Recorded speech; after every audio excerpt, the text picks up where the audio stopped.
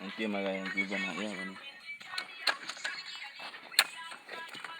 Na iya yanzu dama ƙarfe abin ban gane ba yanda yana yi ba na zo haka ba.